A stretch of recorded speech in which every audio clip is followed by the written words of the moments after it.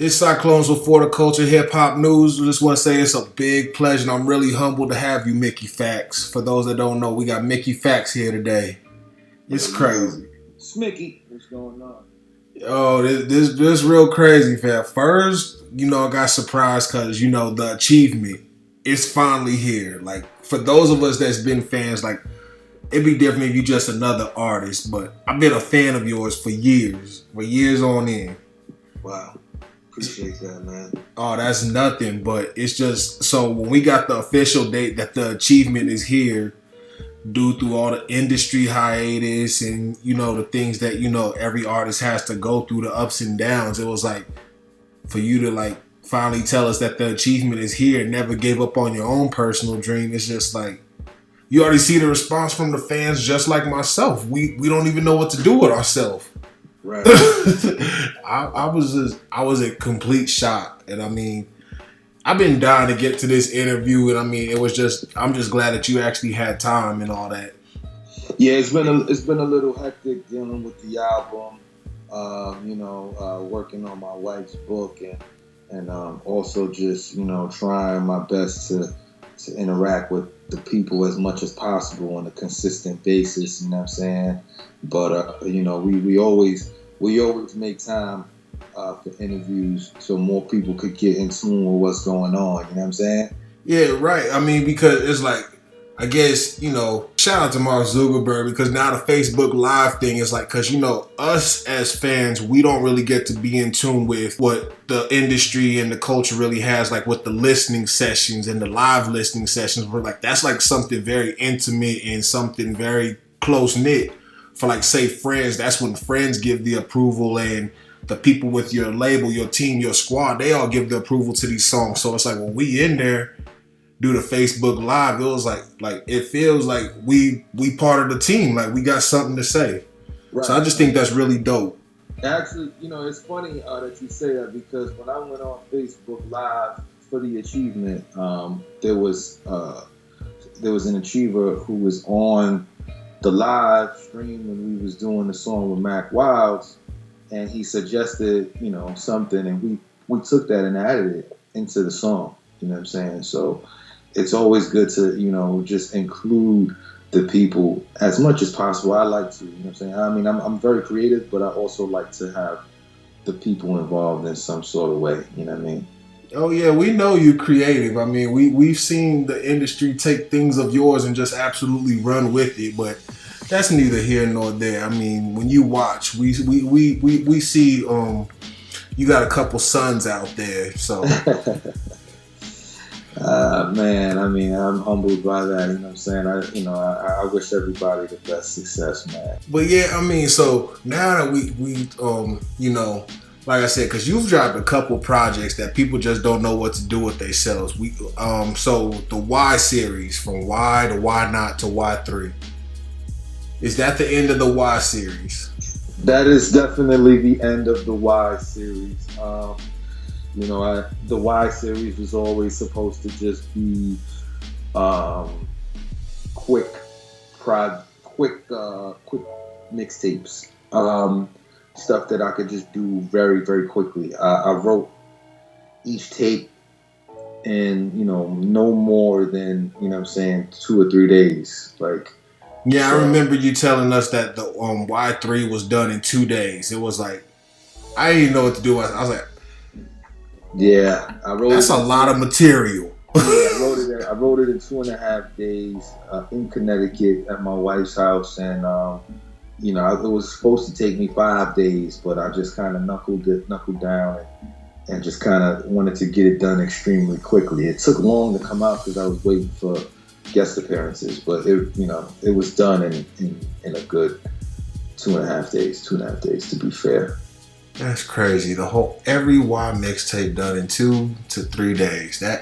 Because you had a lot to say. We talking about $4.14. Yes. 4:14 a.m.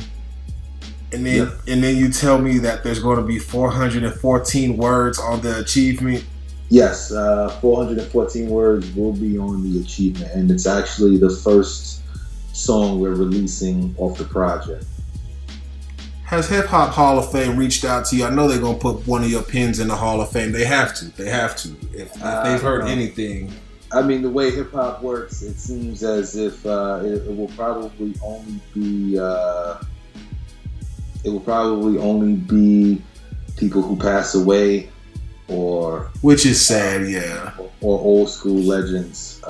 It doesn't seem as if hip hop has gotten to the place where we can honor living legends that are still in our youth. So, you know, yeah. I'm hoping that changes, though. Yeah, I hope it changes too, because it's like when it comes down to hip hop, we have always been around where, you know, artists put in our face, you know, the glamour, the glitz, the jewels, the cars and all that. But it's like, I don't think there's another rapper out there that could say, well, Snoop with the Snoop DeVille, but it's like you got endorsed by a foreign automobile company. Yeah, I don't think nobody else can even say that. No, I mean, not a lot of people. I mean, I'm pretty sure that there have been artists that have done some things like that, but for the most part, you know, I would have to say nah. I mean, especially me being one of the first guys to do it. You know what I'm saying? Yeah, especially because Rhyme and Reason campaign. Like I remember back in the day watching the whole commercial. I was like, you know, just Honda just, you know, meeting with hip hop. It was just like, that's still one of my fondest memories to this day when it comes to the culture as is. Right. Yeah, I mean, it's definitely one of them joints, you know what I'm saying, where I was very blessed to be able to be a part of that campaign. Yeah, I mean, because it's like also on top of that, it was just, you know, like I said, it was just, oh man, because it's like now when I think about, you know, when you did the whole Y3 album and 740 Park Avenue, it's just, and we can't forget about the Mouse mixtape. Oh God, gee, Mickey, like, where does your mind go when you pick up this pen and this paper? Like, you just. I mean, honestly, you know, it's a. I try my best to be different from any and everybody, man.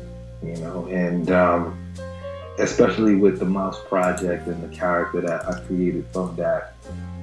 Yeah, that mixtape is legendary.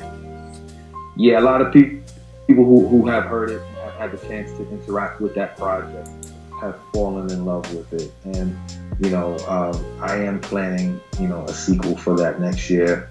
And, you know, the day I'm going to be working on Mouse 2 the Sunday after, you know, the achievement drops. Like, I'm going right back to work. We're going to take one day off to celebrate, and then I'm going right back to work to get Mouse 2 out next year in March. Okay, because, you know, like I said, it's just Mouse 2, because it was just like, you know, forgive me because it's been a while, you know, late at night, but it was like, the way it started off, when you was talking about, I'm from the era of Hulk Hogan and crack, it was just like, we in for a long project, and I was just like, I'm loving it. I was like, this is for me. I was like, this is for those who embrace the bars, the lyrics, everything. And it was just like, you never let anybody down when it comes down to the bars. Like, nobody's ever said Mickey Factz has ever slacked on the pen. Right. And, you know, I try my best to write as well as I can, so that my peers, you know, can be like, yo, Mickey is a problem. You know what I'm saying? And that's the focus. Is to make my peers say, okay, Mickey is one of the best rappers or writers ever. You know what I'm saying? And recently, you know, Lupe just finished saying that, you know, that I'm a better rapper than he is. So, yeah, I saw that tweet and I was just like, it's just like the world's just, you know, whether you're a Lupe fan or, you know, you're a Mickey Factz fan, or, you know, Daylight fan, because it's like, you know, like y'all three, like I still remember seeing y'all all three and y'all doing the bars thing, and it's like the whole world was just shocked just for Lupe to sit up there and say that. It was just like, we're just in awe, because it was like,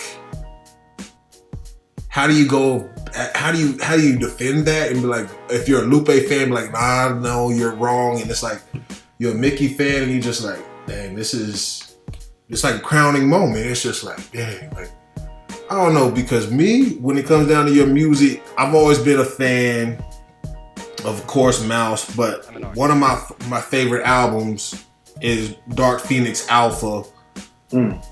Yeah. People like, I don't know, a lot of people like, they like, you know, iffy on the beat selection, but I like that futuristic stuff, and it's like, if you gotta have an imagination to listen to that one. Right. I agree. Completely. And it's just like, when it comes down to it, it's just like, how you say, Love, Lust, Lost 2. It was that one. That one's very slept on, and I don't know if it was just the release timing behind it, and a lot of people didn't realize that it was out, but it was like, your Love, Lust, Lost series is pretty emotional, and it's like, if you want to get to know Mickey Factz, like, as a person, I tell people to go there. Right. You want to know him as an artist? I will point you in the direction of Mickey Mouse. I'll point you in the direction of the Y series, Heaven's Fallout, things like that. So that's just me personally. Yeah. I mean, I try to break up the different mindsets that I have into specific projects. So, you know, like my love, how I feel about love is clearly broken up into Love, Lust, Lost, that series. When I just want to rap, I do the Y kind of stuff. And then, you know, when I want to get personal with my life, then I'll do like a 740 Park Avenue, or I'll do a Heaven's Fallout, or I'll do I'm Better Than You, or Dark Phoenix. And then when I want to get really artistic, I'll do, you know, the Mouse projects.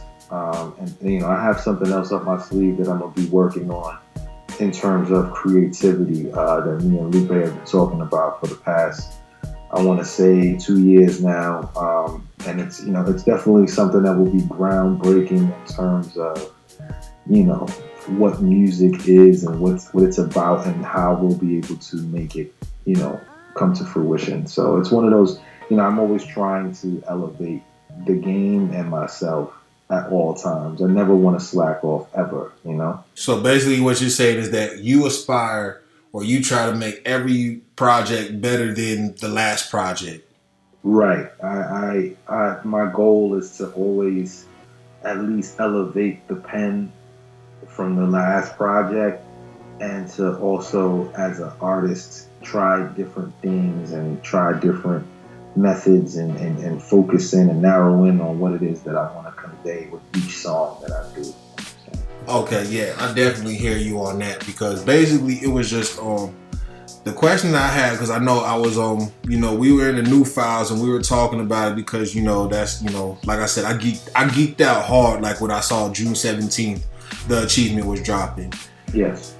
And then you said you let Rain hear the album, and there was a song he ran back 4 times. I know I'm probably not gonna get to hear. I just want to know the name of it so I could be on the lookout for this. Well, it was actually one of his songs that I ran back 4 times. Okay, I misread it. Okay. Yeah. But he, you know, he heard the album, and you know, he had nothing but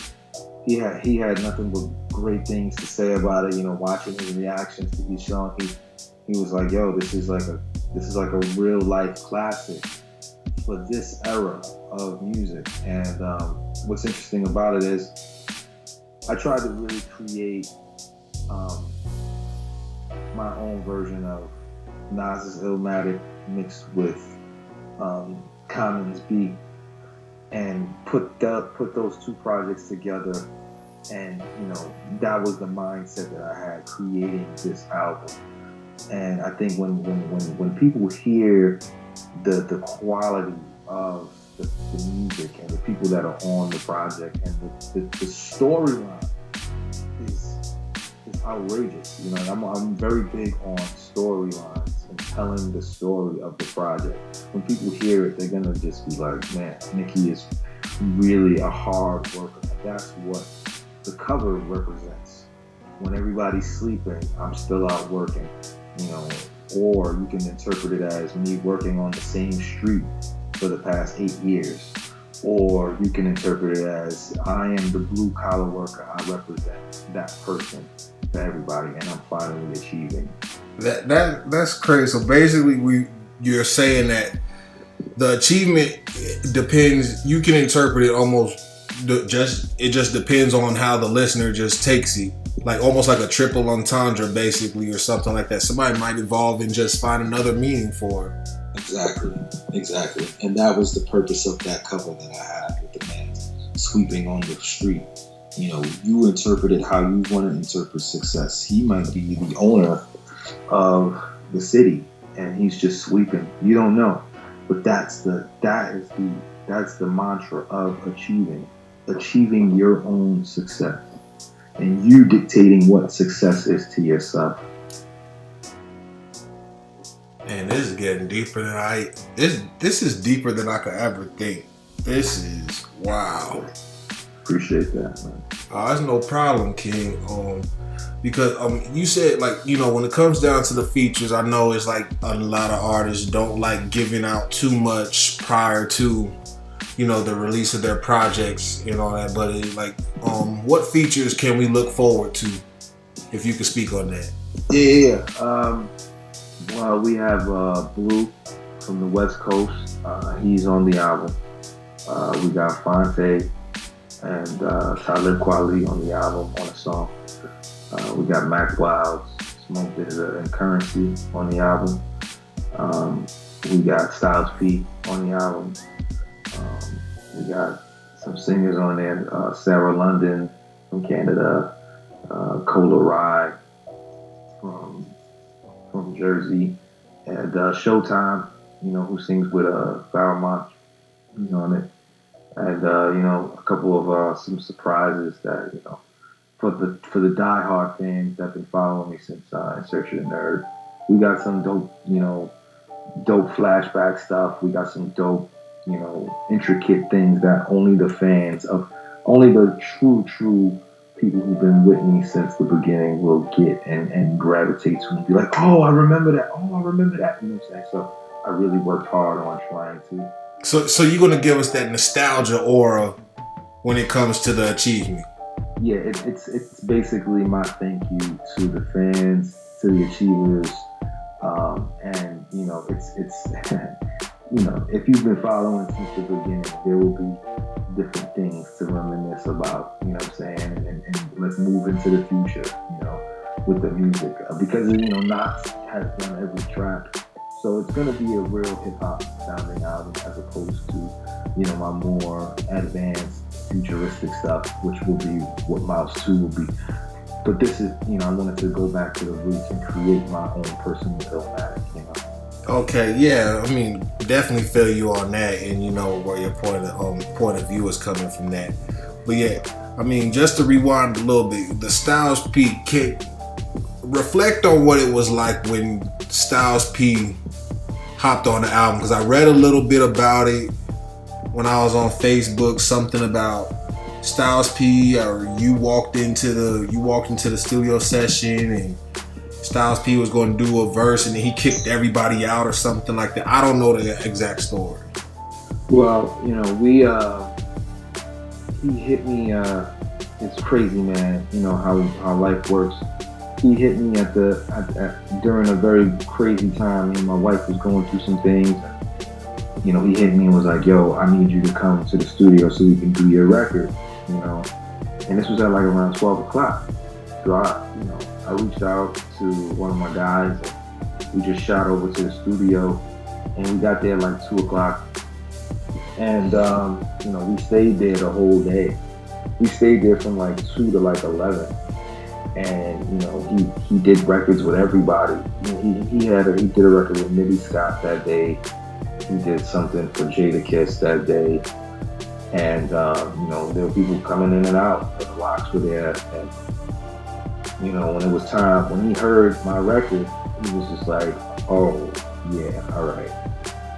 I have to kick everybody out. I gotta roll up." He smoked like 2 blunts. And he was like, you know, I want to make sure I gotta stay up and keep up with Mickey. It was because a lot of the music, a lot of the lyrics that I wrote are very, you know, I'm introducing chain punching on the album. I also just was playing with different styles and techniques of rapping. And, you know, when he heard it, he was just like, Mick, you know, I need to I need to kick everybody out and write so I can keep up with you. And you know, again, this is Styles P. You know what yeah, the ghost, yeah. You know what I'm saying? So when the fans and the people hear this song that I have with them, they're gonna get why he fits so well. It's because I'm being so like I'm taking it to that point of extreme lyricism, and he's bringing the street element that my album was desperately missing. Like, it was missing a street vibe, and Styles brings that vibe to the album. Yeah, I mean, when you think about the streets, I mean, who else is going to give you that vibe but the Ghost? I mean, next to that, you would have to probably get a Jada or a Beanie. Roger that. So, you know, I'm happy that Styles was able to be a part of it. It really made me happy, man. For real. Yeah, that's pretty dope history. I mean, especially coming along with the track and all that. Because like I said, it's like you can only know so much when you read about something and then you get the full story about that. But that's real dope right there. Greatly appreciate that, man. For real. No problem.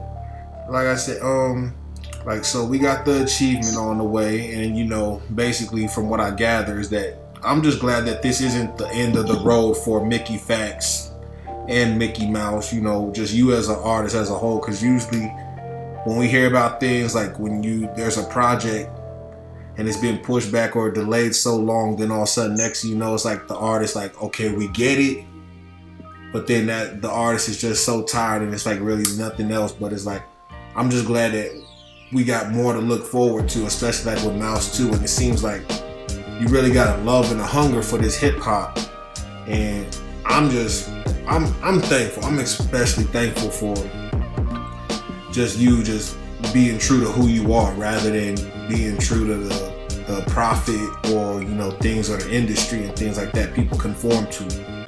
Right. No, I mean, for a long time, I just wanted to give up, you know what I'm saying, the achievement.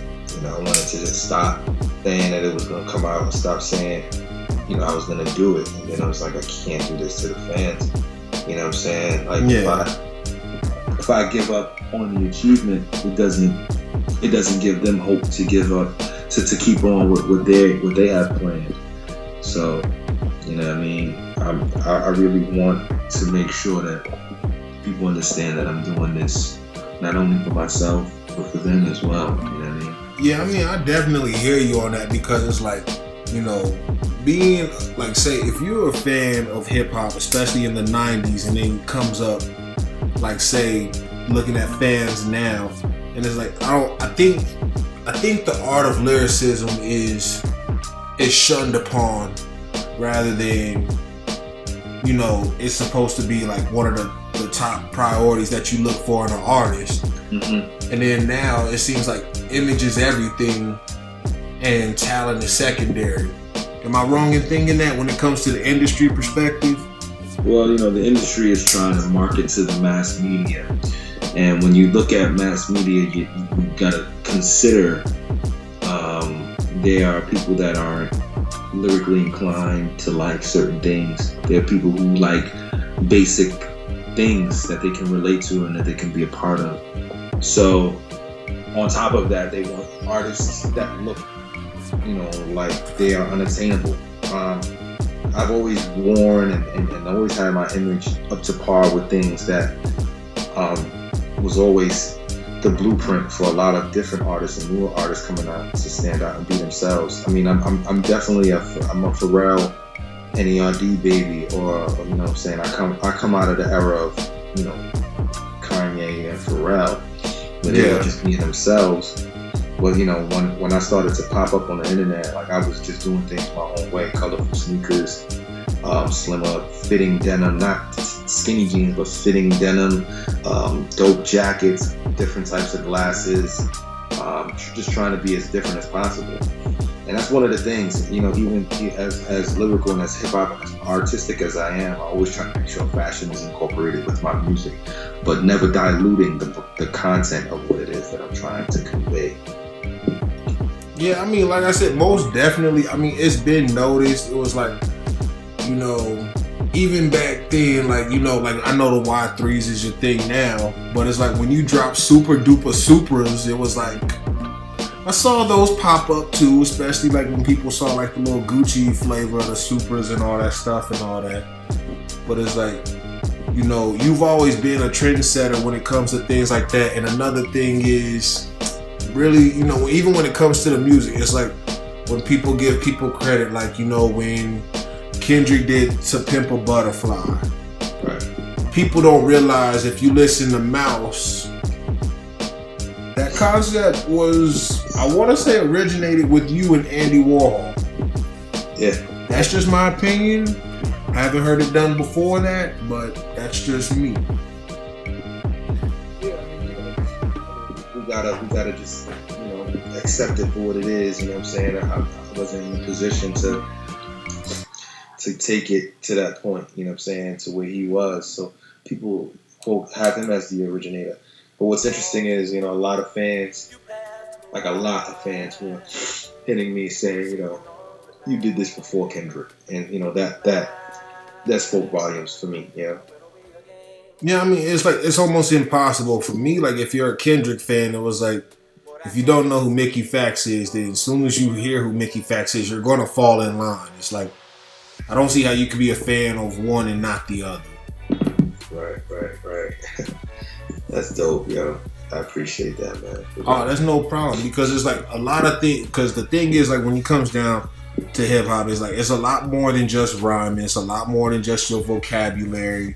It's a lot more than just being street or whatever. It's like, what you do is you provide imagery. That's why it's like, people, like, when it comes down to listening, you know, like, I speak to other achievers and other people and, like, you know, Mickey Factz fans and all that stuff too.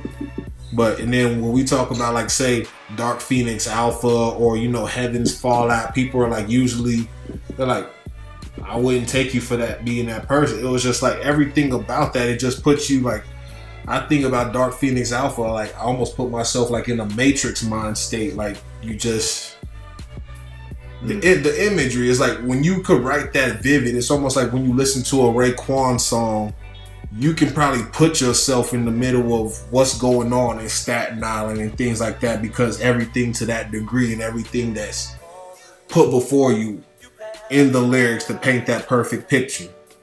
Right. So that's what I really dig when it comes down to your music and things like that. I appreciate that, man. Oh, that's no problem, fam. And so I mean, so when it comes down to the achievement, it's just do you have a personal favorite song yourself when it comes down to it? Right now, at this exact moment, my favorite song on the achievement would have to be Treat You Right, featuring Phonte. It's an incomplete song because I'm still waiting for Talib's verse, but that's my favorite song, like hands down. Like, the beat is very soulful. Phonte sings on it, he raps on it. It's about my wife. Like, it's just so soulful and so amazing, and it's up tempo. You know, everybody who hears it, it's just blown away. It's one of those records I haven't even, you know, put on the, you know, the Facebook Live kind of thing. I kind of want to surprise the fans with that one. I purposely kept that one in the can until it's time to release it. There's a couple of other songs that I'm not gonna be playing on Facebook Live, but when we were on the live chat, you know, there were 5 songs that people heard. They heard the Mac Wild song, they heard the Styles P song, they heard the Blue song, they heard the intro. I think that might have been it. I think that might have been it. And yeah, that might have been it. And I want to keep it that way. I don't want to give too much away. You know what I'm saying? Yeah, you could never do that. And then you got the bootleggers and, you know, things like that. Right. Like, but I'm very confident that when the people hear this story of my life over the past 20 years, that they're gonna just fall in love with it. And it's a short project. It's only 10 songs. I want it to be just like Illmatic and Beat, between 10 and 11 songs. That's it. 10 and 11 songs, man. I don't know. For some reason, I was thinking we were gonna get like 13, 14. Could be me just being greedy, but I'm pretty sure I'm gonna love exactly what I hear. Yeah, most likely. I'm praying and hoping that, you know what I'm saying. I mean, there's probably gonna be a quick mixtape I drop before that. I'm working on something to put out for the fans, you know, to get something for free. And then when this thing drops, you know, it'll be. I think we're gonna put it on sale at first for like $7.99, maybe $8.99. Then, you know, we'll bring it up to $9.99 after like a week or so. Yeah, definitely be dope. Hit me up when that happens, because you know I could probably use those $2 for something else. You know, gas getting high out here. Yeah, I see that. Cool, man. That's not a problem, bro. Okay, but yeah, like just like to jump topics, just in case people don't know, you are an avid fan of the battle rap culture, the battle rap aspect of hip hop. Yes. And, you know, when it comes down to it, like, I know you've probably been watching, and you see a lot of your peers, of course, and we know, like, when you mentioned, you know, Lupe Fiasco and the tweet and all that, it's like another person who is there, and you introduced chain punching, but I think another style that you introduced was helping Quill, I think. Yes. Can you explain that a little bit to us? Like, I don't know that much about that. Well, you know, I started a group on Facebook. It was called 750, and right after Daylight battle with Rich Dollars, he would come into the group, and you know he would troll. He would say a lot of off the wall stuff. Mm-hmm. And he realized that I was in the group. He would always try to cipher with me. While we were ciphering, we came up with a style called quill, which came from the word cloth. And what quill is basically writing outside of the constraints of battle rap. Battle rap confines a person in a 4-bar sequence. If you watch a lot of battles, like for instance, I could do something right now to show you how battle rap is approached by, I would say, at least 80% of the culture. I'm looking at 2 words right now in front of me. The 2 words are secure search. So it'll be like something with a poor perch, with more merch, something with 4 verses, leave you dead, like a secure search. That's a 4-bar sequence. Right. What Quill was supposed to do, and what he has been able to do, is take you out of that 4-bar build-up sequencing. It leads you to be able to do a multitude of different things. You can take a word and continuously say the word over, like I did with Danger Zone. Accounting fours. You know, will you have an accountant for, counter for? You know, that is basically quill. Or doing 3-bar setups, doing 2-bar setups, having intricacies within the rhymes. Also, having 6 multis within 2 bars. You know what I'm saying? That's just things that people in battling aren't doing anymore. So when you watch a battle now, nobody is really being intricate with their pens. They're more so trying to entertain as opposed to proving that you're a better rapper than the next person. I definitely agree. I hate it, but I definitely agree. That's, so Quill is to basically go against the grain of what battle rap has been providing for the culture, essentially. Okay, so now we got the definition of quill, and I saw you give an example. I don't have it. I didn't save it, but I think it was, if I'm not mistaken, it was either you introducing Murder Mook into chain punching and showing him examples. Yes. Okay. So yeah, let us know a little bit about the chain punching, because I think I read it back then when I saw it, and I was like, this dude just don't stop. I was like, this is crazy. Well, chain punching is something that I've been developing for the past year and a half or so. It really derives from Chilla Jones' scheming, which I have been doing. You know, if you've been a Mickey Factz fan, you'll know that I've been scheming for a very, very long time. But when I found Chilla, we decided to call it the ongoing metaphor. But because battle rapping is a different thing, and I don't know, we just feel like the artists in the culture and some of the fans, they don't like to say things like that. We decided to call it schemes.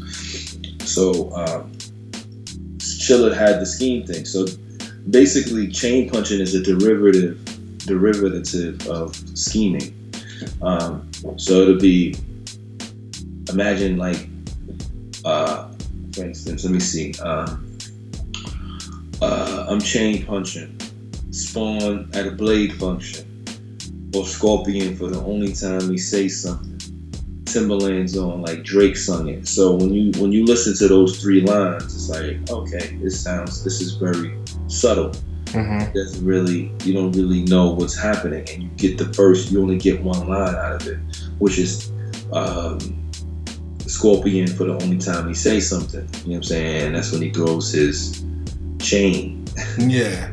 So, and then he punches you, which is a chain punch. Spawn punched with chains.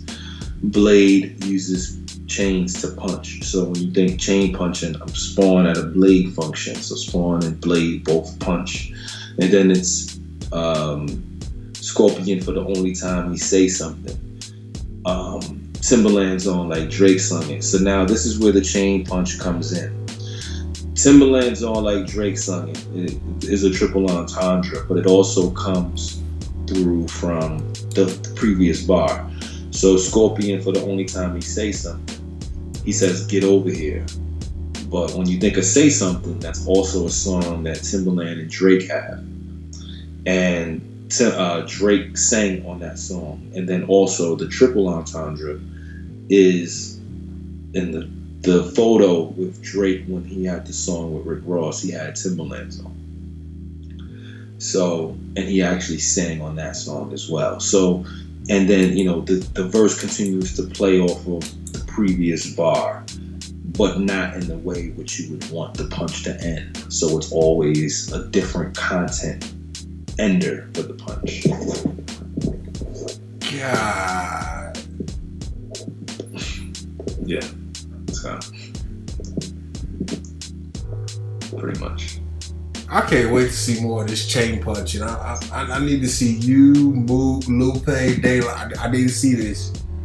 I need to hear this all on one track. And oh yeah, you just told me you just did something for Team Backpack. Yeah. Or you wrote it, or you already performed it.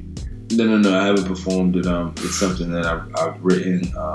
I'm doing Team Backpack June 17th, the day of my album when it comes out. So I'm gonna go on the show. I have 120 bars just for them. We'll go up there and just for 5 minutes just wreak havoc. I want to be there. Yeah. Shout out to Team Backpack. I don't know what y'all got yourself into. I hope your cameraman don't drop that equipment. Don't know, in case, you know, because like I said, I watched you on Sway and the Five Fingers of Death. That was, I don't even think Sway knew what he got himself into. Yeah, you know, a lot of people didn't catch a lot of the stuff I was saying, and you know, I realized that, you know, people have to really listen to my lyrics 2-3 times before they can get it, you know, and you know, that's what I encourage people to do, is to, you know, keep listening, and you'll find more stuff. Like even when I said on that Sway joint, I'm Ted Danson. Bear with it, yo. All bars. It's the norm to hear cheers on the show. So Ted Danson. Yeah. You know. Yeah. Ted Danson was on Cheers, but then you think of Ted the Bear. Ted Danson, bear with it, you know, or beer with it, you know, because beer was what Ted Danson used. And Cheers, you know. So it's like a lot of times, you know, I try to layer my lyrics so deep that every time you hear it, there's another punch somewhere within it. You know what I mean? Yeah, I mean, believe me, I know it. It's just, when it comes down to it, it's just, I've been a fan for a while. So, I mean, like I said, one of my top 5 songs from you to this day is Tied Arms off of, and off of Why. And it was just like, I don't know. When it comes down to listening to some of your stuff, it's like I could just throw my phone out the window. Like, I know that man did not just say that. Yeah. I try my best to always be ahead of the curve, especially, being a fan of battle rap and knowing that somebody else can potentially say something I say. I always try to go left and say something completely different so that it can never be said again by nobody else. You know what I mean? Yeah, I mean, because like I said, it was just like, I mean, when it comes down to it, I mean, it's just you, it's Mickey Factz. Like, we seen you come up in an era, and then, like you said, like when you had the fitted jeans and the kicks and the glasses, and that's not what people were really doing. Everybody was hoodie, Timberland, stuff like that. The real street, the real, hood look. And then next thing you know, it's like you evolved, but it's like people forget. It was like, we seen you, I can't even remember son's name that you set up there and had make you was in a park or something. You had a real colorful sweatshirt on too. And that's when like people saw that Mickey Factz really bad. It was like, oh shoot, this is not just some dude that just sits in the room and just all rhyme book filled with verses. It was like, this dude really out there getting busy, making people look crazy. Yeah. I remember that day, man. That was a fun day, man. And it's like people forget. I try to tell people, like, whenever it comes up, people like when they trying to do the Mickey Factz thing and they try to, like, and talk, just like, what fans do. People forget you're a Bronx bomber. It's like from the likes of like Fred the Godson, My Son, people like, I'm like, people that don't get the respect that they deserve, but it's like, you gotta fear these people when it comes to that pen. Oh yeah. So that's why I was like, and then when the achievement dropped June 17th, it was like, I'm all ears. And that's why I'm like, I'm sitting over here and I'm not happy with the state of where fans are when it comes to the music, because fans embrace anything that comes free. But as soon as you tell them to sit up there and donate something out their pocket, it's like, I guess if you don't have like some big label or somebody promoting you and things like that, like nobody really wants to like give talent a chance. So I'm over here. I'm trying to put together, street team, promo team, put this out there. So, the likes of, the industry, hey, this is what you turned down and this is what we standing behind. So y'all stay where y'all at. We'll stay where we at. Exactly. Because we got to support our own. And, like, I don't know if you've been following us and all that, but when it comes to the battle culture, I feel the same way. It's like you got these artists like, say, T-Top when he dropped his project, and it's like you could sit up there and get almost 500,000 views, but then you drop a music video and it's like 5,000, and it's like, where's the hang up? Where are we going wrong with this? Right. I mean, a lot of, it's because battling and music is two totally different things. And, it's sad, and it's one of the reasons why I don't want to battle. Because it's like, what's the point of battling when the battle fans are not going to support the music? And I see it endlessly with Lux, with Surf. Well, Surf is starting to break out of it. Yeah, shout out to Surf. He's following the same route you are. He's fighting to be one of those XXL freshmen right now. Right. Yeah, and even with that, it's like, I didn't, the stuff that they're doing at XXL, they didn't do that back in the days. If you was hot, you didn't have to campaign for it. They just reached out to you. Right. I'm grateful that they reached out without me having to beg for it. I didn't even know they were still doing that cover. So when they did it and they reached out, I was floored as well as just humbled. It's like, what? Like, I'm gonna be on the cover of a magazine? Like, crazy? Doesn't make any sense, Yeah. I'm glad that it happened, Yeah, because I mean, like I said, it's like I know you sit there and you probably have your own opinion on, on battle rap and how things are formulated, orchestrated, presented to people.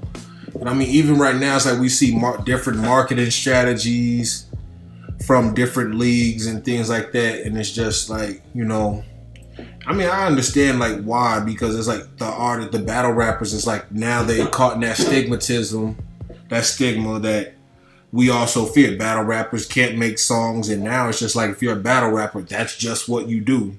Right. Nobody really is paying attention to your music, which it shouldn't be that way. But I don't know. You have any idea or any things that you want to see when it comes down to like trying to help like an artist who's trying to break out of it, like say a T-Top or like Bonnie Godiva just dropped her project or something like that, and it's like, what would you do? Because you always been creative when it comes to marketing.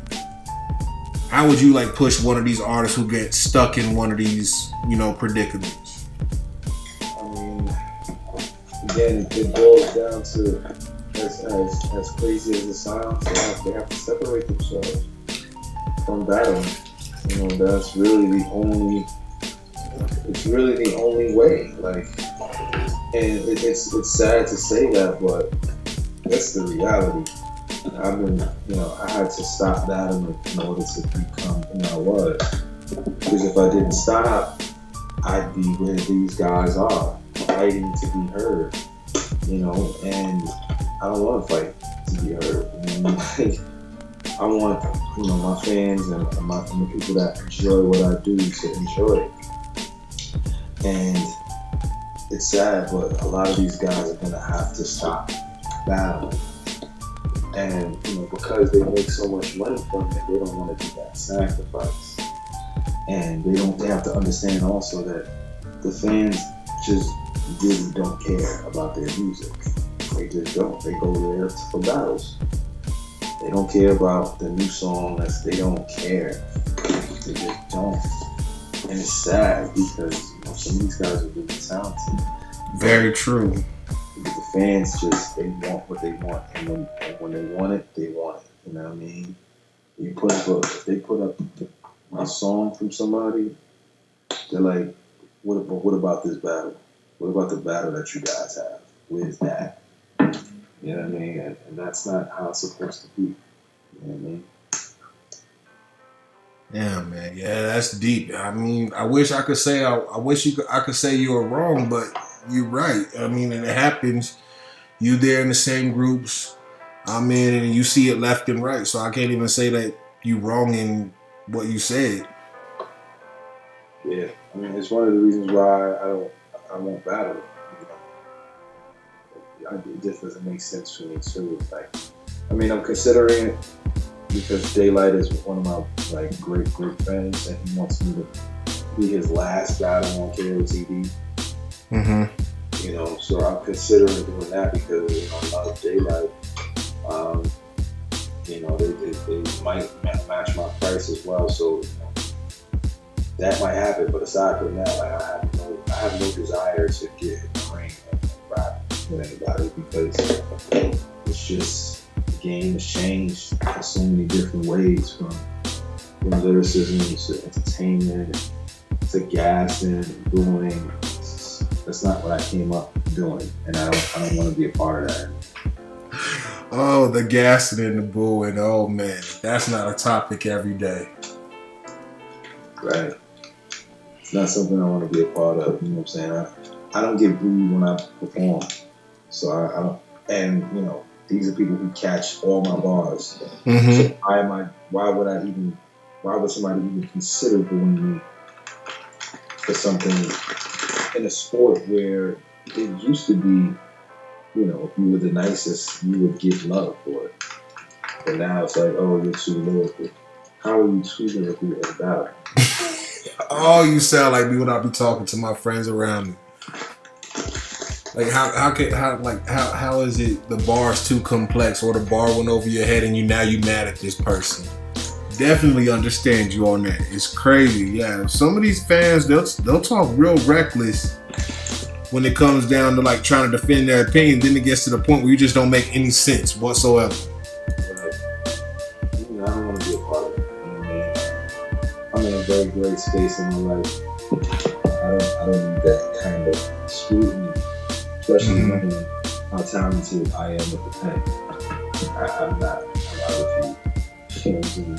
Yeah, I mean, I definitely hear you. I can't even knock you for your opinion on that. Like I said, anybody who's an achiever, like, they're going to stand behind you when it comes down to that. And anybody who's been a fan of Mickey Factz when it comes down to his music since then, I mean, it's like, we got your back on all that. It was just like, you know, like when it came down like to the, you know, the cannabis thing and all that other stuff, like where we seen artists come in and then all of a sudden it's like, y'all be wild reckless and, you know, like the gas and the booing. It was like, you know, Jay Black and Chris Unbiased and some other bloggers, like they spoke on, you know, getting back to like where it's just like you get that one sound, like that ooh, that growl or that grr, and you let the artist continue, because now you got a 5-minute verse that just turned to 30 minutes because people don't know how to act. Exactly. You know, I don't want to deal with that. I refuse. I just want to rap. I understand it. I saw that. I heard you say that a couple times when you were on the Sway on the 5 Fingers of Death. I just want to rap. Let's get to it. I was like, that's it. I love it. Ain't nothing to talk about. Yes.